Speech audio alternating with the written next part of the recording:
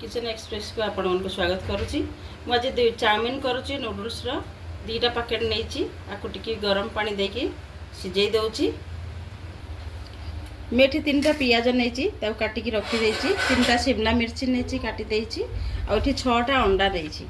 ताको आमे चलंतु करिवा। अंडा गुडा पकई दवा के फ्राई कर दवा।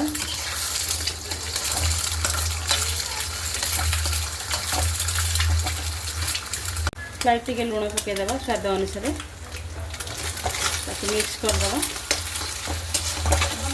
नूडल्सटा आमर भल से बॉयल हो जाए। बर्तमान आपको आम छाणीदे। पियाज आ कंचा लंका को आम भल रूप फ्राए करदे।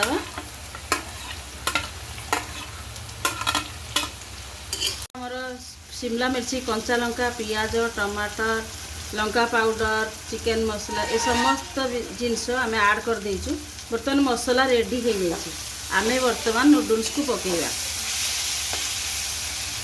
बर्तमान आम मसला हो जाए। बर्तमान चाउमिन को देवा। चाउमिन सहित मिक्स करवा। केते सुंदर देखा जाउछि देखंतु सांग माने।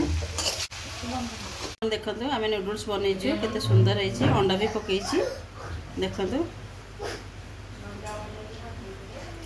आपन को तो निश्चय भल लगी तो लाइक करेंगे, शेयर करेंगे, सब्सक्राइब करेंगे। धन्यवाद।